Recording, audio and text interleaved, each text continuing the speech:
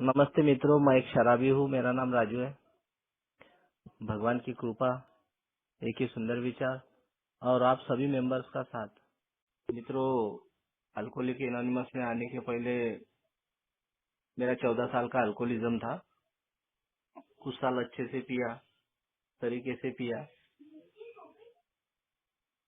उसमें से जो आखिरी के जो 5-6 साल थे, जो बहुत ही गलत तरीके से शराब पीने में आई। और मैं ये बोल सकता हूँ कि मैं इंसानियत ही भूल चुका था। यानी एक आम इंसान जो एक सर्वसाधारण जिंदगी जीता है, उससे परे हटके, और एक जो स्पिरिचुअली आदमी कितना गिर सकता है, वो सारे हादसे मैंने खुले आंखों से देखा हो। मैंने कभी सोचा नहीं था कि जो मजे के खातिर मैं शराब पी रहा हूँ। बियर से शुरुआत हुई थी मेरी उम्र की 23 साल, जब रनिंग था तो बियर से शुरुआत हुई थी। तो कभी सोचा नहीं था कि मुझे ये जो आज बियर जो पी रहा हूँ या जो मजा आ रही है, तो सामने चल के अंदेशा नहीं था कि मुझे बहुत बड़ी कीमत चुकानी पड़ेगी। जैसे गजानन भाई ने अभी शेयर किए कि रॉक बॉटम, मैं स्पिरिचुअली नहीं चाहता था कि मैं वो सारे हरकतें करूँ। मैं बहुत साधारण से घर से और गरीब परिस्थिति से निकला हुआ लड़का था। यानी जब मैं बैचलर था, और जब वाइन वगैरह, जब बियर वगैरह शुरुआत किया था, तो शर्मिला टाइप का और बहुत कम बोलने वाला लड़का था। शादी वगैरह बाद में हुई, लेकिन जब मैं पीना शुरू किया था तो मेरे को ऐसा लगा था कि यार शराब अच्छी चीज है, पीना चाहिए। हालांकि उसके दुष्परिणाम मैं देख चुका था। मेरे पिताजी भी अल्कोहलिक थे, बड़े भाई भी अल्कोहलिक थे, लेकिन उनका पीने का तरीका एक पैटर्न रहता है जो अल्कोहलिक एनोनिमस भी बताता है। 85% लोग और 15% लोग जो हम लोग आते हैं, जिस बीमारी के अल्कोहलिक एनोनिमस जिक्र करता है, और 85% लोगों, और मेरे फादर और मेरे ब्रदर जो बड़े भाई, वो आते थे। तो उनका अल्कोहलिज्म देखा था, लेकिन कभी कभी लड़ाई झगड़े पीट वो भी सब देख चुका था। लेकिन मेरा पीना कुछ अलग ही था उनसे। मैं जो अपने आप को मानता हूँ आज कि मैंने अपनी सारी सीमाएं, सारी हदें पार कर चुका था। मैं 14 साल शराब पिया। मेरा लेडीज टेलर का कारोबार था। एक अच्छा 2 ब्लॉक लिया था वहाँ पे। 7-8 कारागिर भी थे। मेरी पत्नी जो गुजर चुकी थी वो भी काम करती थी, मैं करता था। ऐसे हम 8-10 लोग काम करते थे। अच्छी आवक थी। पैसे की कभी कमी या कभी कमतरता नहीं हुई। और कभी काम को मैंने कभी ऐसी केयरलेस नहीं किया। यानी एक जिम्मेदारी का एहसास था। 8 साल तक, जहाँ तक मुझे याद है कि 8 साल तक मैंने अच्छे से शराब पिया हूँ। अच्छी क्वालिटी की पिया, क्वांटिटी ध्यान में रहती थी। और पूरे होश से हवास, यानी एक अवेयरनेस की जो बात अल्कोहलिक एनोनिमस बताती है, तो उन 8 सालों में मेरा अवेयरनेस था खुद के प्रति, घर परिवार के प्रति, अपने काम धंधे के प्रति। और कहीं तो भी समझ में आ रहा था कि मेरे से गलतियां नहीं हो रही है। समस्याएं थी जीवन में, लेकिन शराब की वजह से नहीं थी। समस्याएं हर किसी के जीवन में रहती है, कम ज्यादा। तो ऐसे में कभी मेरे पिताजी ने मुझे नहीं टोका था कि शराब पी के जा रहा हूँ। और शराब भी इतनी पीता था मैं कि रोज रात में जब मैं दुकान बढ़ाता था, ताला वगैरह लगा के अपना प्रणाम करके निकलता था, तो मेरे को ऐसा लगता था कि एक पैक पीना चाहिए। और एक पैक पीने के बाद में मेरे को ऐसा नहीं लगता था। 60 ml या 90 ml शराब पीता था।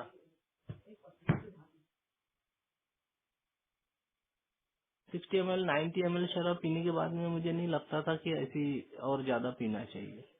एक बियर बार में भी मैं जाता था तो ऐसी डरते हुए जाता था कि सोचता था कि यार बियर बार में जाते वक्त मुझे किसी ने देख लिया या कोई मेरे परिचित जो कस्टमर है उन्होंने देख लिया तो क्या सोचेंगे, यार ये राजू शराब भी पीता है।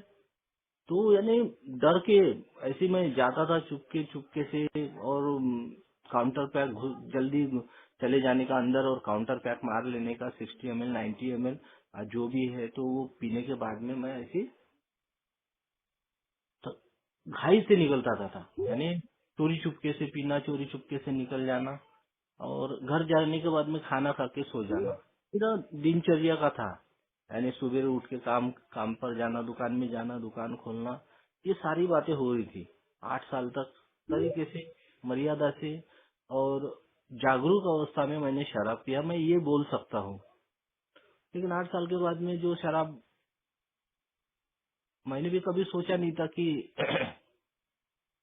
कभी मेरे मन में कोई आकर्षण नहीं था, कभी मैंने शराब के प्रति प्लानिंग नहीं किया था।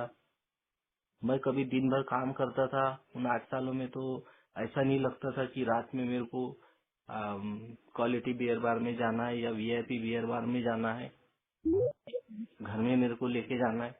उस समय तो मैं घर में भी नहीं लेके जाता था, यानी इतना मेरे को होशो हवास था कि घर में ले जाने से मेरे पिताजी भी मेरे को कुछ बोलेंगे, पत्नी बोलेंगी, बच्चों पे एक बुरा असर गिरेगा।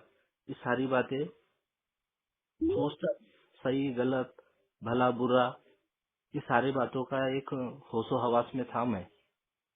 लेकिन 8 साल के बाद में एक मेरी जहाँ पर शॉप थी, वो एक कॉम्प्लेक्स थी ऐसी, जहाँ पर 7-8 दुकानें लाइन से थी, जहाँ पर मेरी भी दुकान थी। और वहाँ पर कभी कभी ऐसी होता था कि वो एक सलून की दुकान थी, जहाँ पर कभी किसी को काम नहीं रहा तो वहाँ पर वो इकट्ठे होते थे, और वो चकल्लस हंसी मजाक और वो सारी बातें चलती थी जो किसी काम की नहीं रहती थी।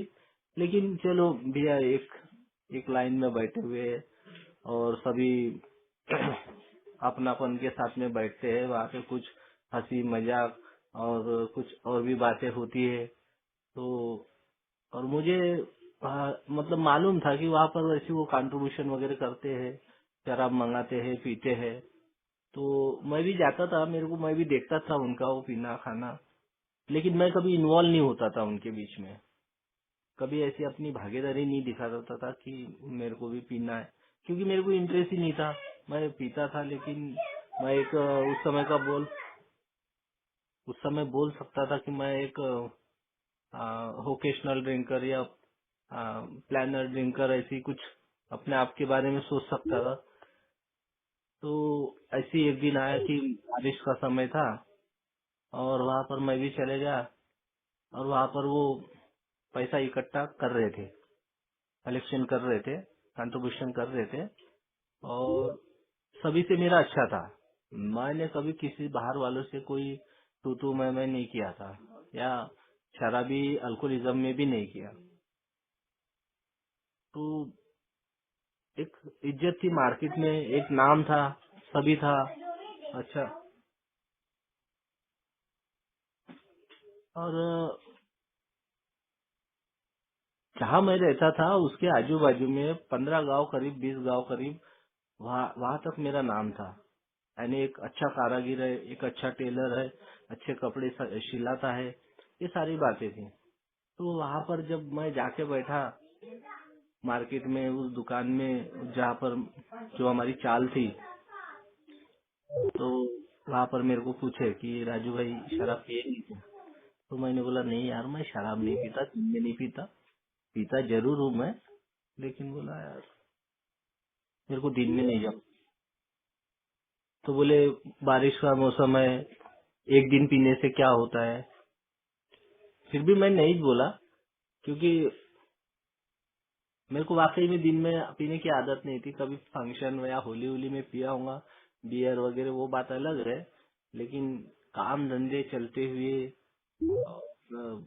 ऐसे में वही जहाँ पर मेरी शॉप है उसके ही बाजू में मैं शराब पीने का सोच नहीं सकता था।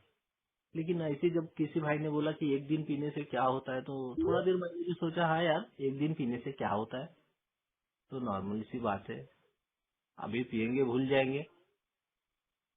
तो मैंने उनके हाँ में हाँ मिलाया, मैं बोला हाँ मैं भी पी लूंगा। और वाकई में मौसम बरसात का है और अ, ऐसे मौसम का फायदा उठाना चाहिए। मित्रों, मैं उस समय उनके इसमें कंट्रीब्यूशन दिया, पैसे दिया पैसे दिया और शराब मंगाए, शराब पिए, और फिर वो रोज का रूटीन हो गया धीरे धीरे। मुझे ऐसा लगता था कि धंधे पे वगैरह कोई असर नहीं हो रहा है, और वो मेरा बर्बादी का टर्निंग पॉइंट था। एक रॉन्ग टर्न, एक जो बर्बादी की तरफ जो एक रास्ता, जहाँ पर मैं नहीं जाना चाहिए, ऐसे रास्ते पे मैं चलने लगा। और शराब धीरे धीरे बढ़ते गई, और एकदम से नहीं हुआ वो सब मेरे साथ, लेकिन धीरे धीरे जैसी जैसी मुझे मेरा मानसिक आकर्षण फिर हावी होने लगा।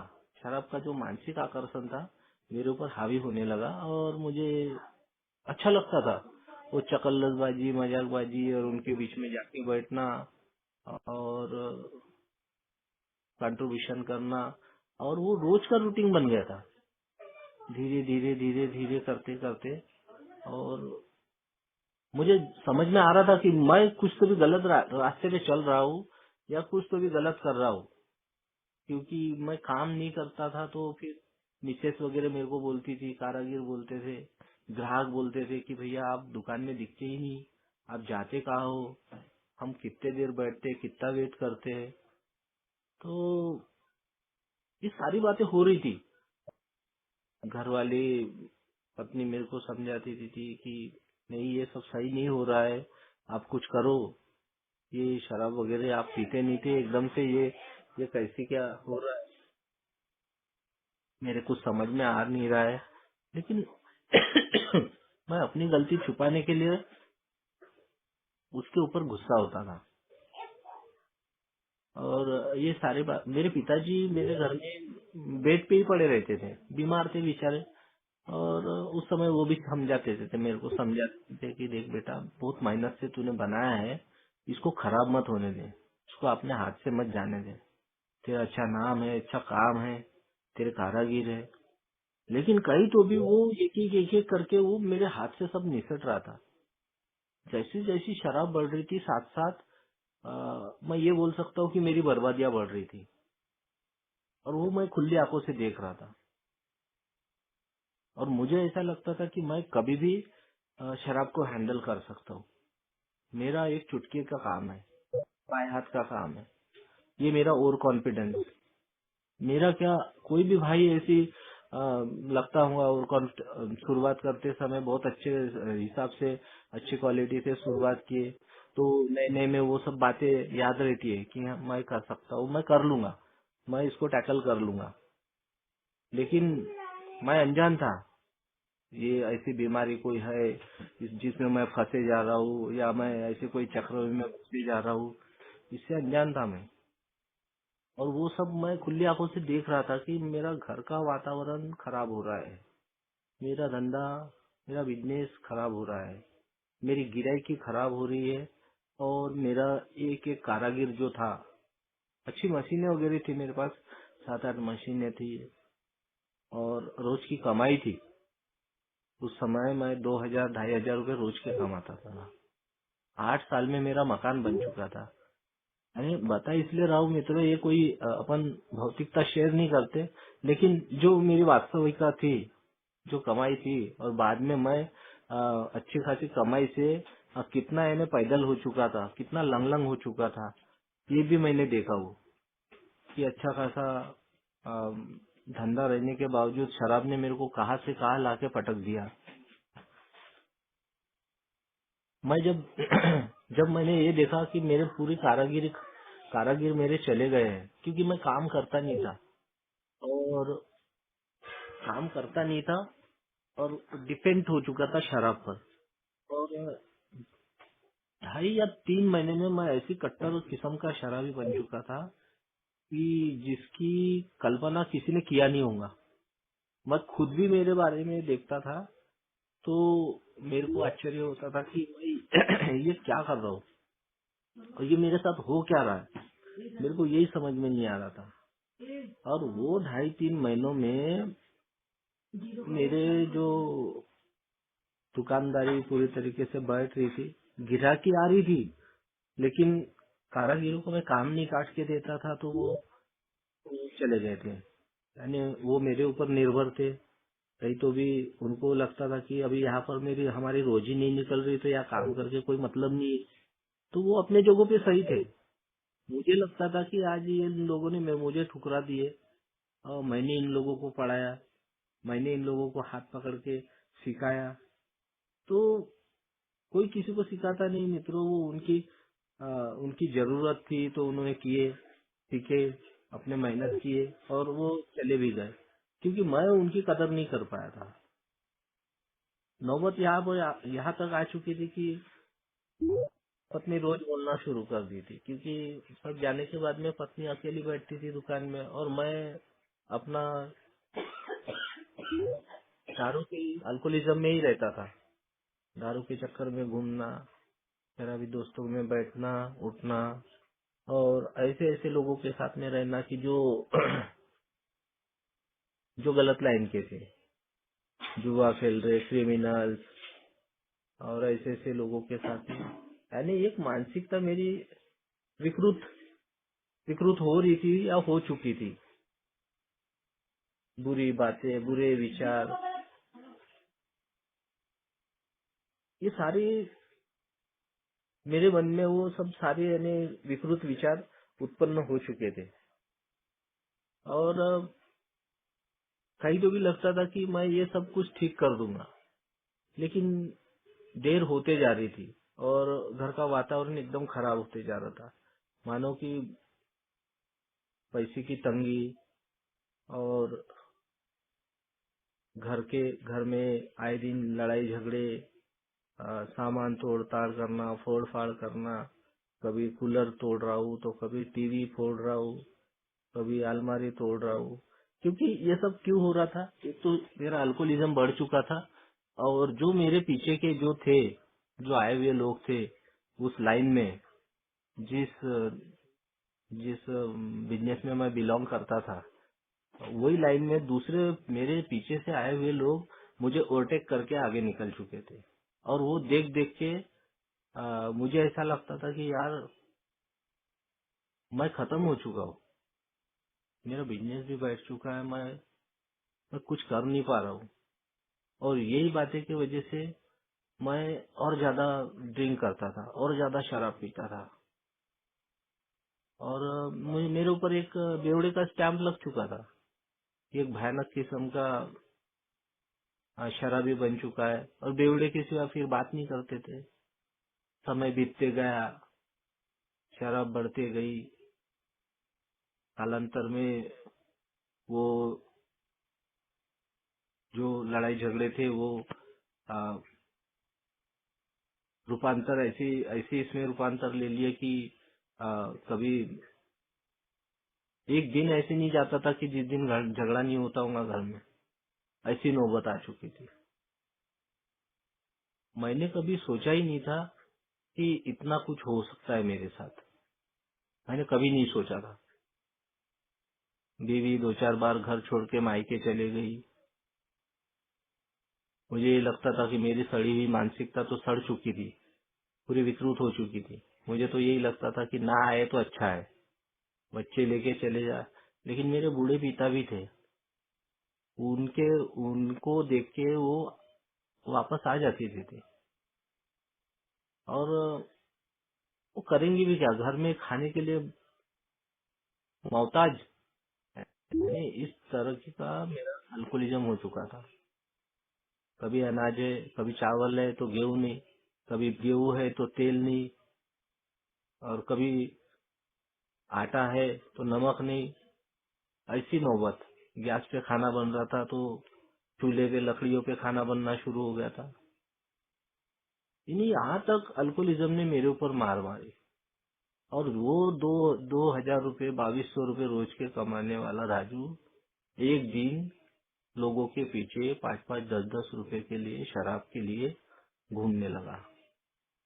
मैंने जब मकान बनाया था मित्रों तो मैंने कंस्ट्रक्शन करने के लिए कुछ लोन लिया, 2,30,000 ऐसा कुछ लोन लिया था, 2 सोसाइटी में से और बैंक से भी लोन था। तो वो लोन भी मैं आखिरी में खंडा नहीं पा रहा था, यानी चुका नहीं पा रहा था। यहाँ तक मेरी नौबत आ चुकी थी और घर वाली ने भी समझाना छोड़ दिया था, क्योंकि जब भी समझाने जाती थी तो फिर वही मुंह बजाना, वही लड़ाई झगड़े, वही मारपीट, वही सामान फोड़फाड़। तो वो भी सोचती थी क्या बोलना है आदमी को, बोलने जाएंगे तो लड़ाई झगड़े होंगे, इसलिए वो बोलती नहीं थी। कहीं तो भी अपने आप में एक वो गुमशुदा रहती थी, घर में रहती जरूर थी लेकिन कुछ तो भी अपने उधड़ बुन में रहती थी। वो आज मुझे समझ में आता है कि वो मेरे बारे में ही सोचती थी, कि मेरे अल्कोहलिज्म के बारे में सोचती थी कि ये आदमी सुधर पाएगा कि नहीं। और आत्महत्या के प्रयास शुरू हो गए थे, क्योंकि एक दिन की बात नहीं थी, रोज की बात हो चुकी थी। रोज ऐसी मारपीट करना, लड़ाई झगड़े करना। ऐसे में एक बार तो ऐसे फांसी लगाने की कोशिश कर रही थी, किराए से रहता था तब की बात है वो। तो वो फर्स्ट टाइम में हुआ था। और जब मेरा अल्कोहलिज्म बहुत ही यानी समय हाँ, सीमा चरण पे आ चुका था, उस समय पे वो रेलवे ट्रैक पे भी चले गई थी। समझ में ये नहीं आ रहा था कि कभी आत्महत्या कर लेंगी वो। मेरे समझ में ये नहीं आ रहा था कि नहीं कर सकती यार आत्महत्या। आत्महत्या करने के लिए बहुत बहुत ताकत लगती है।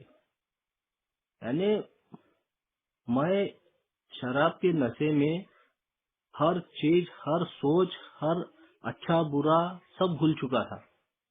एक बूढ़े पिताजी बेड पे पड़े हैं, उनको दवा नहीं मिल रही है, वो हाथ जोड़ के मेरे को बोल रहे कि राजू बेटा ला दे मेरी शराब, मेरी दवा ला दे। लेकिन मैं शराबी ये सोचता था कि मेरे पिताजी को अगर एक दिन दवा नहीं मिलेंगी तो मरेंगे क्या, लेकिन मुझे एक दिन शराब नहीं मिलेंगी तो मैं निश्चित ही मरूंगा। ये मेरी नैतिकता से गिरे हुए विचार। मैं अल्कोहलिक एनोनिमस में लाया गया था, तब भी अपने आप को मानता नहीं था कि मैं शराबी हूँ या शराब की वजह से मेरी बर्बादी हो चुकी थी। नहीं मानता था मित्रों। बहुत ही वाहियात और बहुत नीच किस्म का इंसान बन चुका था। अपने आप को शराबी बोलने में मेरा खोखला अहंकार आड़े आता था। लेकिन अल्कोहलिक एनोनिमस ने हर उस बात को मानने के लिए मुझे मजबूर कर दिया, क्योंकि अल्कोहलिक एनोनिमस का कार्यक्रम दूध का दूध और पानी का पानी कर देता है। वो प्रेम गुरु जी है, वो कहते हैं बाप दाखो नहीं तो श्राद्ध कर। वैसे सेम वो बिल्कुल फिट बैठता है। तो वो सब सारी हरकतें होने के बाद में मेरे को ऐसा लगता नहीं था। जैसा रात में झगड़ा हो रहा तो सुबह मेरे को आत्मग्लानि होती थी कि यार ये मैंने क्या कर दिया, सामान फोड़फाड़ कर दिया, तोड़ताड़ कर दिया। और घर की हालत जब देखता था तो मेरे को ऐसा लगता था कि यार मैं क्या हो गया हूँ। यानी एक नरभक्षी टाइप का इंसान हो चुका था। खुद की शक्ल, खुद का आईना, खुद का चेहरा देखना मेरे को पसंद नहीं आता था। लोग मेरे को घृणा भरे नजरों से देखना शुरू हो गया था। आजू बाजू के लोग, दुकान फिर बंद रहना। और ऐसे में एक दिन इतना छोटी सी बात को लेके झगड़ा हो गया। 2011 में शिवरात्रि थी और छोटी सी बात को लेके कुछ झगड़ा हो गया पैसे को लेकर है या किसी बात को लेकर, तो आज भी याद नहीं आ रहा है। क्योंकि एक शराबी आदमी उस दिन भी शराबी पी के था, और छोटी सी बात को लेके मेरा तो ऐसी स्वभाव बन चुका था कि छोटी सी बात को बहुत बड़ा इशू बनाता था। मैं राई का पहाड़ बना लेता था। तो उस दिन मैंने बीवी को 2 थप्पड़ मार दिया था। मारना झोड़ना तो वो तो आम बात हो चुकी थी। मैं शराब पीते रहता था और बेचारी वो मार खाते रहती। ये मेरी लाइफ की सच्चाई है। आज बोलते वक्त मुझे ऐसा लगता नहीं कि मैंने कोई अच्छा काम किया हो, लेकिन बताता इसलिए हूँ क्योंकि यही मेरे जीवन का सच है। और उसको 2 थप्पड़ मारा तो उसने मेरे को कहा कि मैं जल जाऊंगी। मैंने भी गुस्से में बोल दिया जल जा, और ऐसा बोल के बस घर के बाहर निकल गया। और थोड़ी दूरी पे 10 कदम चला हूँगा और घर में एक डबकी में तेल पड़ा था, क्योंकि गैस पे खाना, फिर वही रॉकेल या लकड़ी, उसी पे खाना, लकड़ियाँ लाता था, उसी पे खाना बनता था या रॉकेल पे बनता था। तो वो रॉकेल कितना था डबकी में मुझे नहीं मालूम, 1 लीटर था, 1.5 लीटर था या कितना था वो पता नहीं। उसने आंख पे डाली और उसने तीली भी लगा ली, यानी अंगार भी लगा ली। और जब उसकी आवाज आई, जहाँ पर वो जली थी उसके बाजू में मेरे पिताजी दीवान पे सोए हुए थे। लेकिन वो वहां से हटी नहीं, यानी वो दीवान के आसपास में थोड़ी दूर हटके हो गई, खड़ी हो गई, दूरी पे खड़ी हो गई। और जब उसकी आवाज आई तो मैंने जाके देखा तो बहुत भयानक आग से लथपथ थी वो। मेरे को तो कुछ सोच ही नहीं रहा था कि मैं करूँ क्या, कैसी करूँ, क्या करूँ। मेरे पैर से जमीन खिसक चुकी थी। मैं अंदर दौड़ के गया किचन के अंदर और पानी लाया, 2 गुंडी में, 2 हाथों में 2 गुंडियां लाया। फिर पानी पीने का, जो पानी पीने के लिए सुबेरे भरते थे पीने के लिए, वो पानी उसके आंख पे डाला। और दौड़ के गया, तीसरा भी गुंड लाया, डाला। घर में पूरा पानी पानी हो गया उसके आंख पे डालने से। मोरपंखी कलर की एक सिंथेटिक कलर की साड़ी थी जो पूरी तरीके से जल चुकी थी, और जल कर वो कहीं कहीं उसके शरीर में भी चिपक चुकी थी। सिंथेटिक साड़ी रहती तो वो पूरा स्किन लेकर ही निकलती हो। तो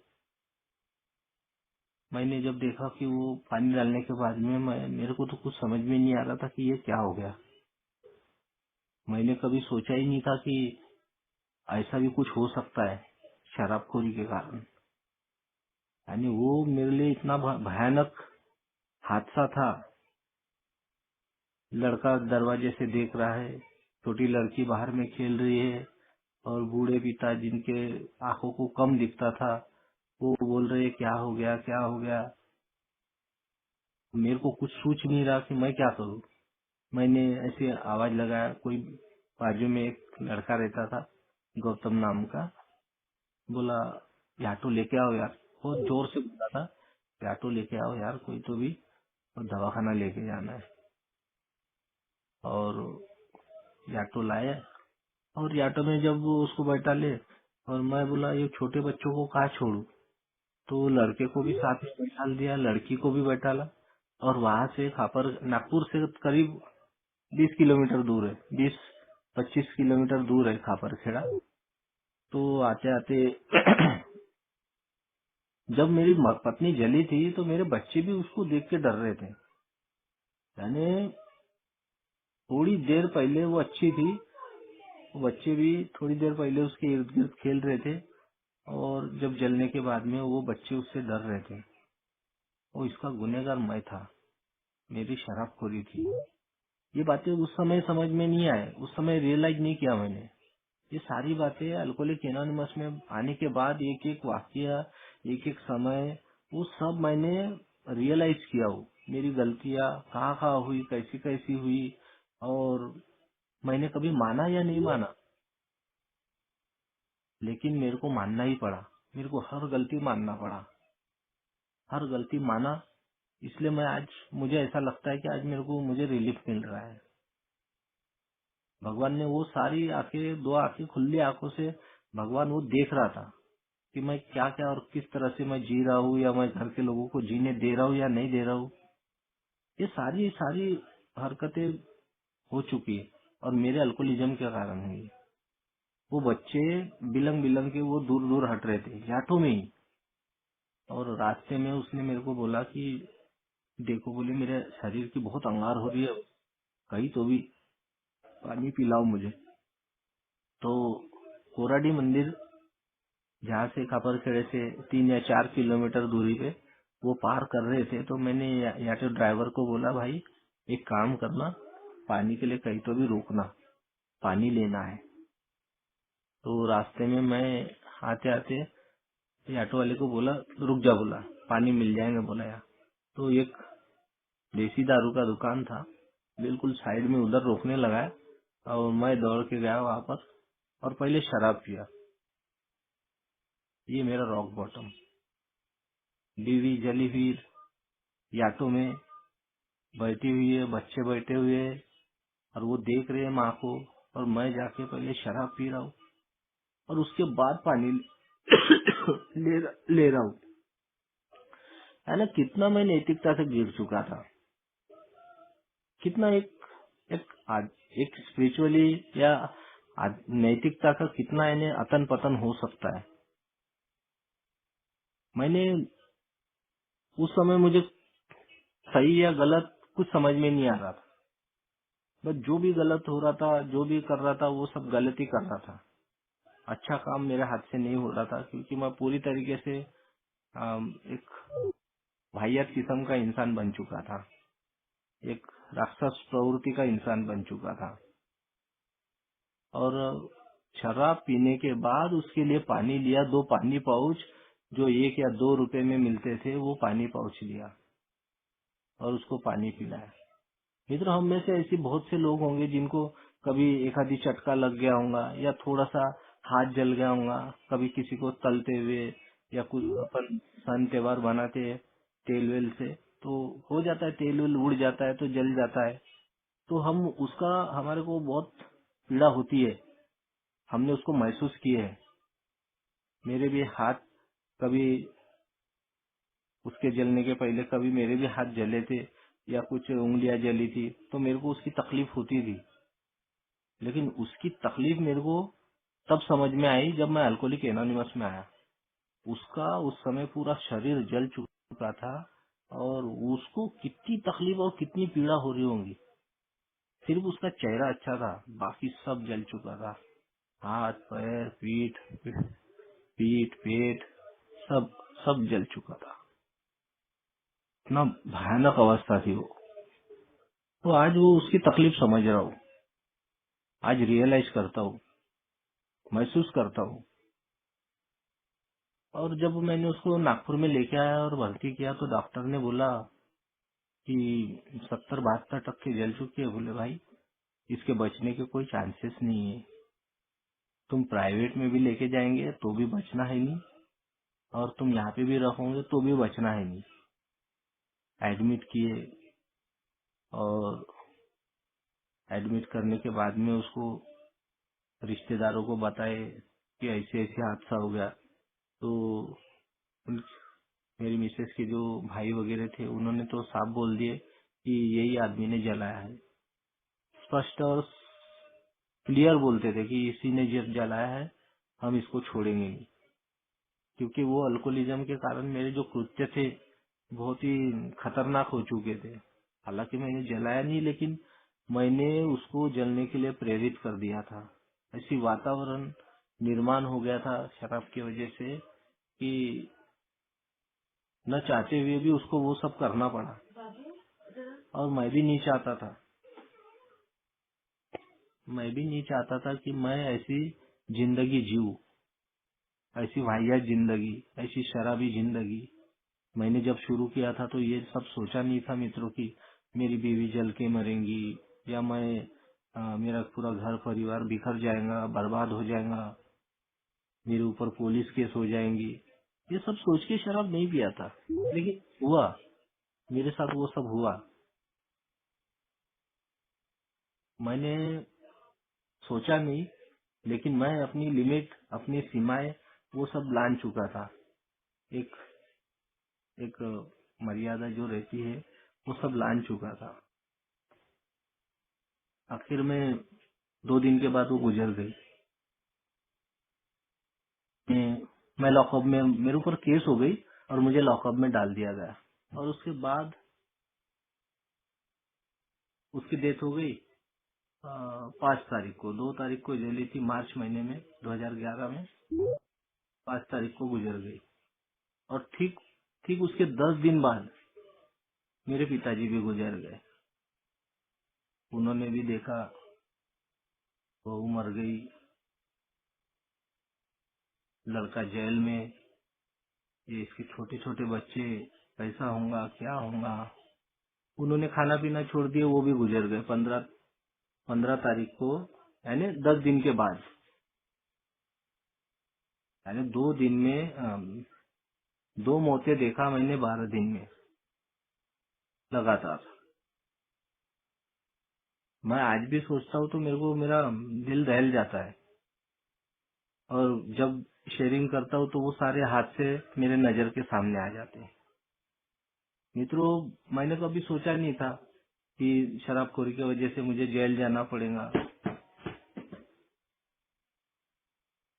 एक आम इंसान कभी सोच नहीं सकता, सोच नहीं सकता कि इतनी बड़ी कीमत चुकानी पड़ेगी। मैंने भी नहीं सोचा था। जेल में रहा 10.5 महीने। 10.5 महीने के बाद मेरी बेल हुई। 10.5 महीने के बाद बेल होने के बाद मैं जब जेल से घर आया, घर यानी मेरा घर ऐसा कोई था नहीं कि जहाँ पर मैं मेरा घर समझ के जाऊँ। मेरा घर खापर खेड़े में था। लेकिन जो व्यक्ति मुझे लेने आया था जेल से,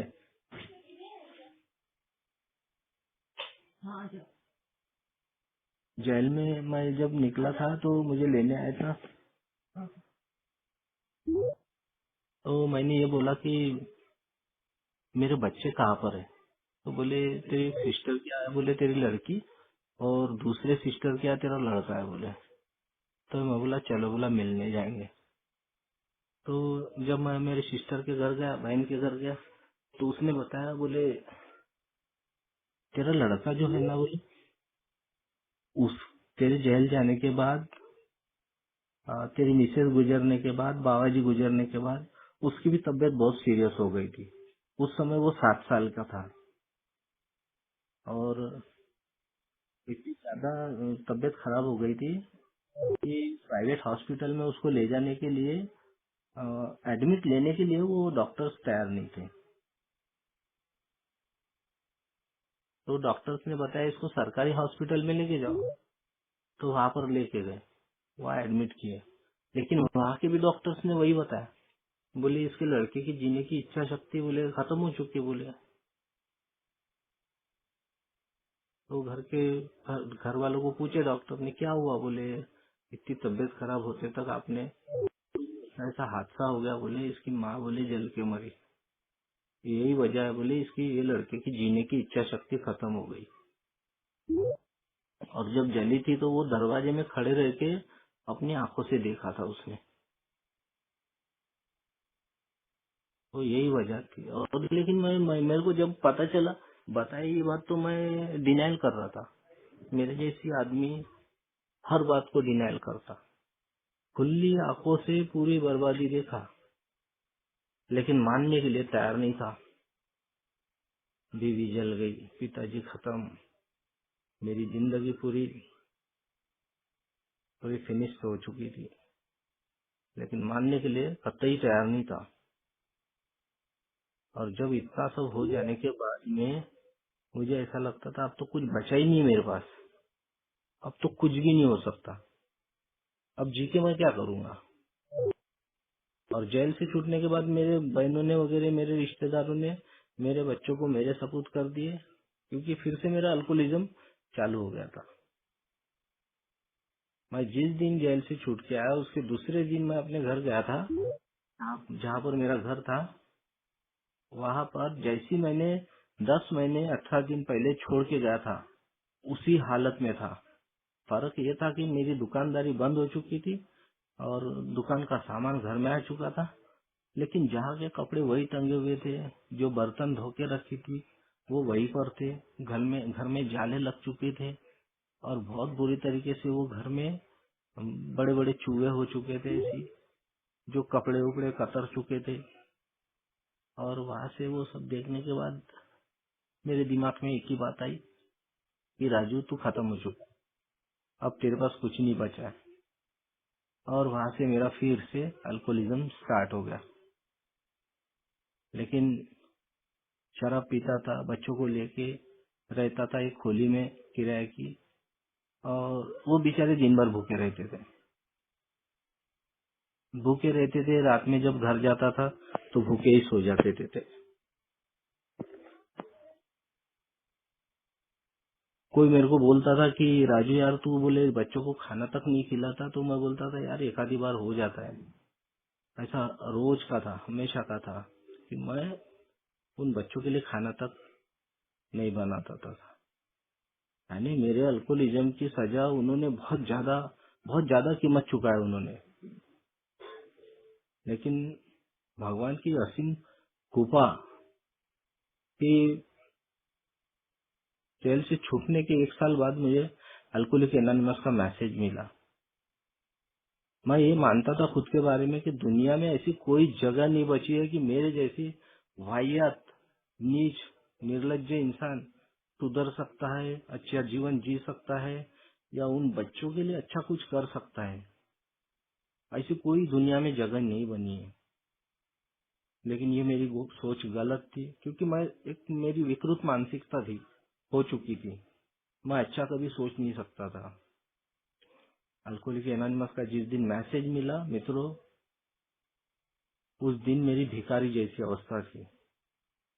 मानो मेरी उम्र 60-65 साल की उम्र लगती थी। 38 साल की उम्र, 37 साल की उम्र में मैं 60-65 साल का इंसान दिखता था। आंख से बदबू आ रही थी। कई महीनों से मैंने आईना नहीं देखा था। आईना देखने के लिए मेरे को डर लगता था। इतना यानी नैतिकता से गिर चुका था मैं, लोगों के नजरों से गिर चुका था, अपने खुद की नजर से भी गिर चुका था। इतना वाहियात और इतना बकवास खुद के बारे में मैं जब देखता था। और आखिरी में तो मैं पागलपन के दौरे मेरे को ये आ रहे थे, विचार आ रहे थे, थॉट आना शुरू हो गए थे। शमशान घाट में जाके बैठता था। रास्ते में अगर किसी की मैयत जाते हुए दिखी तो मैयत के साथ साथ मैं घाट पे जाता था और वहां बैठ के रोता था। और लगता था कि अभी सामने से मेरे पिताजी दिख जाएंगे, कहीं से आएंगे, बीवी दिख जाएंगी। ये थॉट। अल्कोहलिक एनोनिमस में आने के बाद पता चला कि वो बीमारी के वो लक्षण है, जिसको हर रोज अल्कोहलिक एनोनिमस में शेयर होता है। और उसको सुनने के बाद मैं खुद को मैं मानता हूँ, एक्सेप्ट करता हूँ। और वो 8 साल से आज भी एक्सेप्टेंस है। हर दिन मुझे जागरूक रहना पड़ता है। तो मित्रों, कोई भी अगर नया भाई ऐसा सुन रहा होगा कि यार इतनी बर्बादी राजू भाई के साथ हुई है, हमारे साथ नहीं हुई है, तो मित्रों मैं आप लोगों से हाथ जोड़ के एक ही रिक्वेस्ट करूंगा। मैंने भी कभी नहीं सोचा था कि मेरी इतनी बर्बादी होगी। और ये कोई अमीरी गरीबी, ऊंच नीच, जात पात देख के बाहर नहीं करती। ये तो बस जो इसकी जो अपनी मर्यादा लान चुका या जो अपनी सीमा खो चुका है, उसी को लपेटे में लेती है। और आज किसी को लगता होगा कि हमारी इतनी बर्बादी नहीं हुई, तो मित्रों हाथ जोड़ के एक रिक्वेस्ट है कि जहाँ हो वहीं पे रुक जाओ। एक्सपेरिमेंट या कंपैरिजन करने की कोशिश नहीं करना कभी। मुझे ऐसा लगता था कि मैं बहुत पैसा कमा रहा हूँ, एक ओवर कॉन्फिडेंस में जीने वाला इंसान बन चुका था। लेकिन थैंक गॉड अल्कोहलिक एनोनिमस मिल गई और मुझे वो मौका मिला फिर से सुधारने का, फिर से स्टैंड होने का। और वो मुझे नहीं लगता कि दुनिया में दूसरी कोई ऐसी जगह है जिसमें मैं अच्छे से, मतलब इतने अच्छे से जो आज मैं लाइफ जी रहा हूँ, मैं सोच नहीं पा रहा हूँ। अल्कोहलिक एनोनिमस ने वो सब वापस कर दिया। कभी मुझे मौका मिलेगा रिकवरी का तो मैं बताऊंगा। मुझे फिर से अल्कोहलिक एनोनिमस ने स्टैंड किया। दूसरी मिसेस मिली अल्कोहलिक एनोनिमस की वजह से, लड़का हुआ। और आज जो बच्चे छोटे छोटे थे, आज वो लड़का मेरे से भी हाइटेड हो गया। अभी वो 11वीं में पढ़ रहा है, हिंदू कॉलेज में है, और लड़की भी अच्छे कॉलेज में पढ़ रही है। तो ये इसका श्रेय मुझे नहीं जाता, वो सब आप लोगों को जाता है, अल्कोहलिक एनोनिमस को जाता है। आज मेरी जो जो जिंदगी है, छोटी सी छोटा सा घर है, फिर से मैंने बनाया अल्कोहलिक एनोनिमस में आने के बाद। और आज एक सीधा सरल जीवन जी रहा हूँ। लेकिन जो गया वो वापस नहीं आ सकता। लेकिन जो मेरे पास है वो उसको मैं बचा के रख सकता हूँ। और वही अल्कोहलिक एनोनिमस बताती है कि जो गया वो जान दो। मेरे जो आखिरी के 6-7 साल थे वो वापस नहीं आ सकते। जो जान माल का नुकसान हो गया वो वापस नहीं आ सकता है। लेकिन अल्कोहलिक एनोनिमस इतना बोलती है कि जो बचा है वो बचा के रख सकते हैं। अगर मैं अल्कोहलिक एनोनिमस में आता हूँ, इस बीमारी को समझता हूँ और उसको कबूल कर लेता हूँ। बीमारी आज भी समझ में आई ऐसा मैं नहीं बोलूंगा, कि बीमारी बहुत भयानक है और कई कई रूप है, कई इसके पार्ट्स है और कई सारे इसके अ, विषय है अल्कोहलिज्म पर, जिसको समझने के लिए मुझे रोज अल्कोहलिक एनोनिमस में आना पड़ता है और समझने की कोशिश करना पड़ता है कि ये बीमारी किस प्रकार से है, क्या से क्या बना लिया था। तो आज जो मेरा परिवार है, मैं खुद से ज्यादा मैं मेरे परिवार को इम्पोर्टेंस देता हूँ। मैंने ये काम कभी नहीं किया था, लेकिन अल्कोहलिक एनोनिमस ने मुझे सिखा दिया कि अपने से ज्यादा दूसरों की कदर करना अल्कोहलिक एनोनिमस ने सिखाया। नहीं तो मैं तो अपने खुद के लिए जी रहा था, एक स्वार्थी किस्म का इंसान जो खुद की मौज मस्ती और खुद का बस एंजॉयमेंट, मुझे लगता था वही लाइफ है। और शराब पीने के बाद ही बहुत अच्छा एंजॉयमेंट होता है। ये मेरी गलत सोच, गलत मानसिकता आज मेरे को समझ में आ गई कि मेरे पीछे भी कोई है जिनके लिए मुझे जीना है, उनके लिए कुछ करना है। तो ये सब अल्कोहलिक एनोनिमस में आने के बाद में एक सीधी सरल लाइफ जो जी रहा हूँ, one day at A time के साथ। और बहुत सुकून है, पैसा नहीं है लेकिन बहुत सुकून है, बहुत आनंद है और चैन की नींद लगती है। खुशी के लिए या खुश रहने के लिए पैसा ही ऐसा जरूरी नहीं है। अल्कोहलिक एनोनिमस बताती है भौतिकता भौतिकता से और खुशी से मेरा कोई संबंध नहीं है। तो आज बहुत एक अच्छी लाइफ जी रहा हूँ, सीधी सैंपल, सीधी सरल। आज बच्चे भी अच्छे हैं और उसका पूरा श्रेय मैं अल्कोहलिक एनोनिमस को देता हूँ और आप सभी मेंबर्स को देता हूँ। और साथ साथ बहुत बहुत धन्यवाद भी देता हूँ जो बोलने के लिए मौका दिए और आपने शांतिपूर्वक सुन लिए। बहुत बहुत धन्यवाद गजानन भाई और आप सभी भाइयों को बहुत बहुत धन्यवाद।